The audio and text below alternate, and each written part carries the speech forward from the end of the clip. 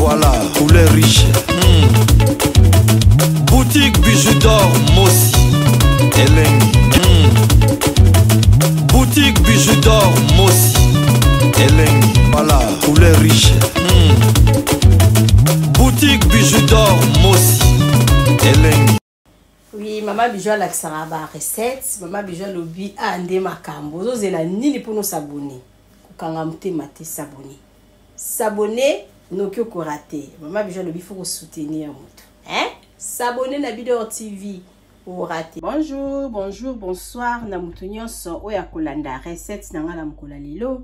Ngande kola bino ya mwasi na kombo ya bijou d'or. Lelo maman bijou d'or na memeli bino pizza. Na ko sa ela bino pizza mais na ko sa ela bino pizza na modèle o bino bosala kate. Na ko sa la pizza recette ya sika. Partagez vidéo oyo pour ndeko moko à découvrir recette ya mama bijou. Tam suto vanda abomona ba bana bazolia mapate ozana eloko osala nango te mama bijou na yekola kisabino modèle mususu okoki kosala pizza na yo na mapa oyo bozali komona. Donc mapa nangeza mapa normal. Eza nango mapa normal bandeko bozomona eza mapa nazui mapa nanga na classé kaka na sali nanga o nazo sala pizza nanga. Donc na rotia tomate, na rotia maïs, na rotia fromage râpé, na rotia champignon, na rotia mozzarella. Donc sans oublier moi ba épices na robimisa awa bomona ndenge nini mama bijou akosala lelo pizza na ye. Et puis na rotia lisusu nini salami. Na rotia salami likolo. En tout cas pizza ezalaka ke eloko nyonso to oza nango okoki kotia. Pona kosala moi pizza ikoma moi genre ngala osala pizza salami. Lelo to kosala margarita te to kosala salami. Pona pizza na ngai na préparer moi ba épices na nga oyo na kotia moi 4 épices oyo.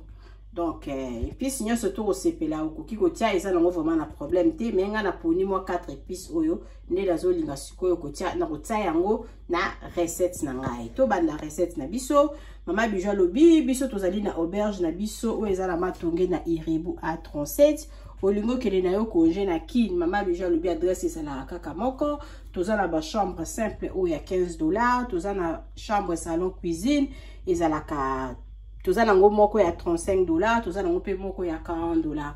Mama bijou lobi pa na biso soki oye ko umela basulula kaka mama bijou ko salela yo prix. Donc et puis toza na chambre moko boy to sali wana eza ya $5 par jour. Chambre wana ezo sala nango kaka $150 par jour par mois.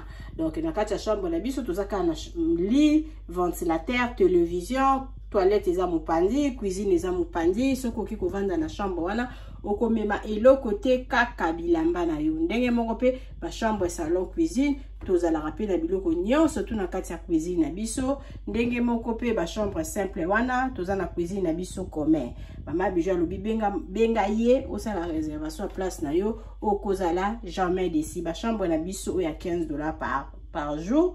Soko yeko umela ba plus de 3 mois mama bijou kitisaka ngo na $10. Benga ngai osala réservation ya auberge na yo okozala jamais déci. Zwa numéro na ngai wana obenga nga mama bijou lobi azozela appel na yo toke na recette na biso. Oui bandeko na nga na recette na biso tozo banda na tomate. Tomate tozo sopango siko likolo ya mapa na biso o totie na se. Donc tomate vraiment il faut ezwa partout. Donc to bandi ko sopa na tomate na biso likolo ya mapa.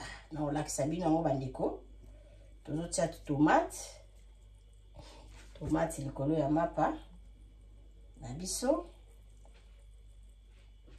Donc tomate vraiment il fait kota na mapa nyonso. Donc nazo so eloko ya ko mélanger tomate là. Nazo eloko o to salela ngo mingi na salela ngo mingi samusa. Pona ko mélanger tomate na ngai bandeko bomona ndenge nini na latisi mapa ekomi vraiment. Donc tomate likolo et lati nyonso. Puis bandeko bomoni ndenge na latisi tomate nanga na mapa. Siko nazo bleka siko yo kotia ba biloko mususu likolo. Na moni na ko banda nanga kotia charcuterie o babengi na kombo ya salami nde na kobanda ko classer awa likolo nyonso. Bandeko mama Bijou na bandi na nazwi salami nanga. Na kobanda ko classer salami et kota penza la mapa nyonso. Donc lipa moko azozwa leti 4 salami na lipa moko na ti 4 salami. Donc za ba jour mususu to zala na biso na tozalaka na biso na makasi penza ya kolamba te. Donc neti lelo boye okebi te so na silisi na oyi kotia madesu nanga na moto na bandi kolamba, mais pour le moment na makasi kolamba te. Donc il faut salela bana moi recette moko rapide pour na balia. Lipa nanga moko azokota 4 salami. Siko toza na 6 mapa. Donc sani nanga oyo ezu mesure ya 6 mapa. La préférée sani oyo po eza carré ba sani oyo eza la boule ezo déranger pour na mapa eza carré. Donc lipa moko ekoti 4 salami.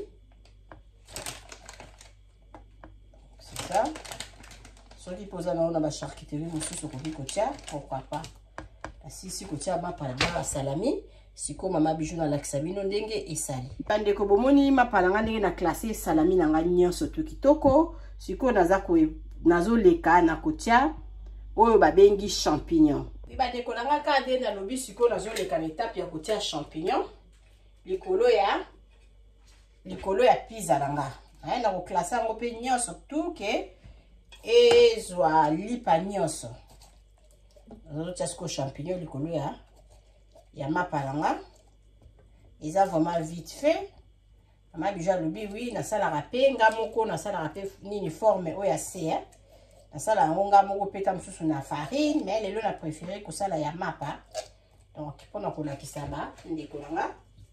Mama Bijou lobi soko ozwinga na TikTok, lukanga na YouTube nazali Bijou d'Or TV la patrona.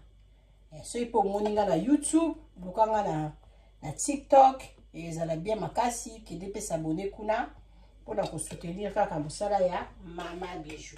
Na Instagram na zala ramène na posta rapenza bilo côté na carte Instagram na tia kaka moi profil langa pour na sala publicité ya auberge na biso.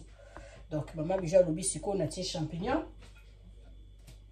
Ndenge mo pe na TikTok na zaki vraiment na bolembu. Na bande ko linga ko poster bilo côté ko sala publicité kuna te. Mais na komona Kenya surtout kaka makambo pesa na bande komi bazo lukanga bazo zwanga na TikTok pour na auberge na biso eza na matongi na Iribu A37.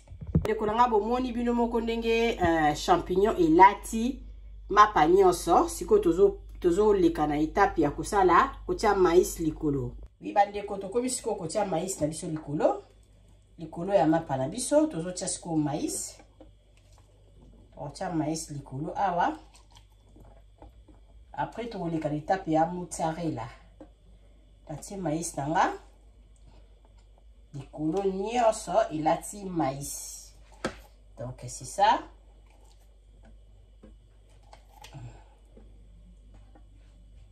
Maïs nanga yango yo.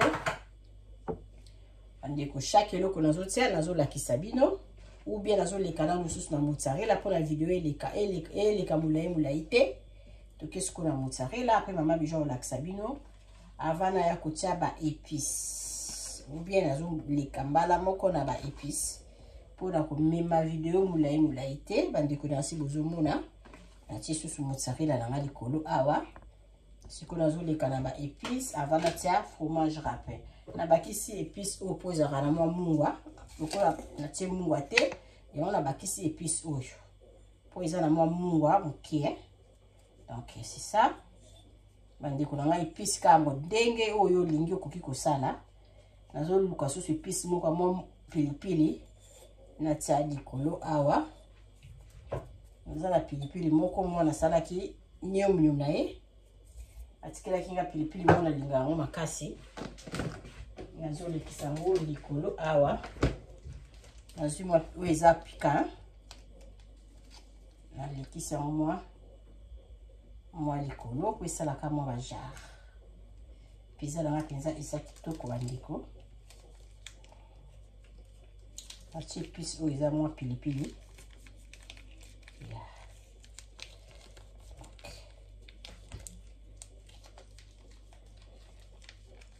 comme peut beaucoup de paprika ba fefa wana ya fefa oyo ezala moi pilipili pochai awa donc zongi siko na moi fefa tout ça pas moi fefa muke awa moi pilipili wana ça la moi bien Maman Bijou le bébé sonde musala partager vidéo au point de comme ce soit aye ba même pas que ce que na map pa ko ça il ngo pizza tout fefa tout moi aïe muke moi aïe na biso po biloko ezala kaka pizza ezala ka goût tout aïe tout sco muscade tout moi muscade na biso likolo na peli ici déjà four na 180 degrés. Oui, que vous mettez pas même 10 minutes. Autant la casse au moni kaka, bah fromage et s'effondre muke, loko ebi. Ce qu'on a comme ça dessus, oyo, romarine. Matata, yoko kombo. Et bien on peut écouter en français té. Bah qui c'est en là. Italien ouais. Mais il peut tout ça il a encore la pizza. Ça rend dans likolo ya pizza na biso. Tiamo awa. Ya côté nyonso tu fais zo mozzarella ou comme peso ça na ngata ni balé misa to komani kango likolo a. Maman Bijou il faut piser za la kitoko makasi. Tout ça mo. Après to komi na fromage râpé. Là na c'est bien de beauté là haut. Ndenge zali après to tia fromage râpé to la kisa lisusu. Il mélange à biloko langa nyonso tout awa champignons ezali maïs ezali totie ba épices totie sous mozzarella likolo o bozo mona leki pembe ena na rouge likolo wana eza moi sauce à pilipili nanga na ti donc siko tozo leka na étape à suka après to kotisa mona four oui étape la biso ya suka eza fromage râpé langa yango yo Maman Bijou na kulinga kozanga fromage rappel na ndako ata mokete donc zanga fromage rappel parce que ça la ngo trop na ma pâte biloko ebele na sali la fromage la pomme de terre et salade Maman Bijou bisoni musala bisoni makambo s'abonner na Bidor TV lukanga na YouTube lukanga na Nino lukanga la TikTok donc s'abonner kuna pe la TikTok na YouTube pe lisusu Maman Bijou lobi bo soutenir musala nanga bo partager vidéo oyo on a quelque chose ndeko moko ndeko ngwa éviter que akoki ko sala pizza na eboye za ba mama mingi babenga kanga Maman Bijou la kisaka biso ba recette ko la recette ça on a problème té ce qui ezotalama pourquoi pas. Mais sur les autres, la maté, ça décourage. Mais tellement le cas sur la publicité de la biso auberge. Donc, Maman Bijou le bino surtout quand ma cam. Au niveau qui est Congo, contactez pour ça la réservation ya place na yo ya kolala okozala jamais ici. Kotia fromage rappel vraiment partout pizza fromage rappel et koti.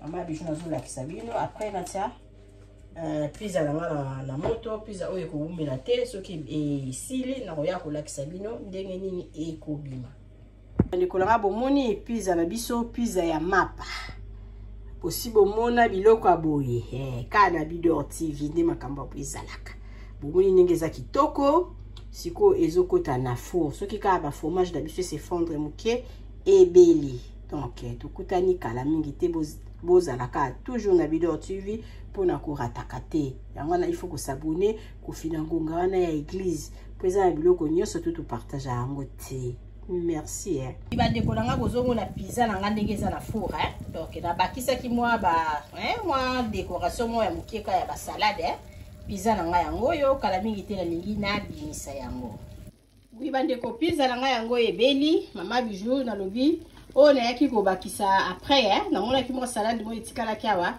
na vi pourquoi pas etikala boka mo la décoration ba paprika wana ya ba poivre wana likolo donc na mo salade ya makasa na tie mo likolo na mo concombre donc po esalaka mwa bote. Siko nazokata pizza na nga bozomona nazotia na sani pizza ebeli. Mama Bijou alobi pourquoi pas mama ozotala nga yo pe omekana ndako na yo partager vidéo oyo massivement etalama pour epesa Mama Bijou de courage ya kozongela bino lisusu.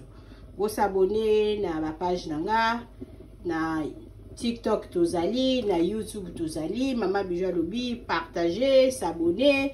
Pourquoi pas moi commentaire na yo et que ça la biso bien. Ce que le mot que les congés na ki toza na auberge na biso eza na maka eza na matongie na irebu à 37 na bon prix au ça la séjour à malade. Wow, to sili si musala na biso pizza la biso yango yo pizza ebeli pizza la biso yango yo Mama Bijou alobi meka mama ozotala nga okozala jamais déçu. To sili si kolamba et puis to lobi à la prochaine. Bonjour, bonjour la famille. Mama Bijou naye ko présenter bino appartement la biso o ezala canaré des chaussées to benga kango appartement numéro 1. Appartement la biso numéro 1 oyo ezali na chambre, salon, cuisine. Toza na chambre, salon, cuisine. Donc appartement la biso eza propre makasi. Donc o bozomona eza na salle à manger. Bakiti nango yango yo appartement la biso oyo eza nango na prix moko ya makasi te. Mama Bijou alobi benga ye osala réservation ya appartement oyo bozomona ndenge ezali propre. Tokota na katikati ya salon na oyo eza chambre nango. Chambre nango yango yo omoni ba regale wana tosali okoki koya na biloko ofungoli otandi biloko na yo awa. Donc, lit nango ezango lit à 2 personnes. Ils ont vraiment mounene makasi te mais ils ont vraiment ça va passable pour na 2 personnes. Ils ont la climatiseur, chambre la biso yango yo. Tokota totala toilette nango. Toza la douche na biso douche debout. Oboni toilette yangwana, place à kobosse yango yo. Donc appartement, chambre, salon. Cuisine, tozo ke disco kuluka. Cuisine nango, vraiment eza propre makasi, eza pona bino bato bozotala, pona babone ya Mama Bijou ya bato mopesanga confiance. Boya na appartement oyo, appartement numéro 1, Mama Bijou alobi bokozala jamais déçu totala siko cuisine nango. Tokoti na cuisine na biso oyo ya appartement na biso oyo tobengaka appartement numéro 1. Toza na congélateur, totia yango wana pona bino. Toza na frigo, toza na cafetière et puis toza na réchaud ya 4 plaques. Cuisine na biso eza munene makasi, botali eza na espace. Cuisine na biso yango yo okoki pe kotia bakiti awa. Ovandi ozolamba okozala jamais dessus. Omoni cuisine na biso yango yo eza wana po na bino. Bonsoir, bonsoir la famille. Mama Bijou naye kaka ko présenter bino salon na biso ya sika na appartement oyo tobengaka appartement numéro 1. Bandeko oyo bosi bokende kuna bovanda kuna. En tout cas, to salé libino surprise, to changer libino bakiti normal, ba divan to changer pesa la manger. Et pas la bison de musala, donc musala ezoki ni nango malamu, Mama Nadine umela. Ota la salon na bison ndenge to changer bakiti, to changer libino pe salle à manger. Ndako bozo mo ezali chambre, salon, cuisine. Et comme akape 2 chambres, salon, cuisine. Bengangai au sala réservation ya appartement numéro 1 au Kozala jamais d'ici. Merci.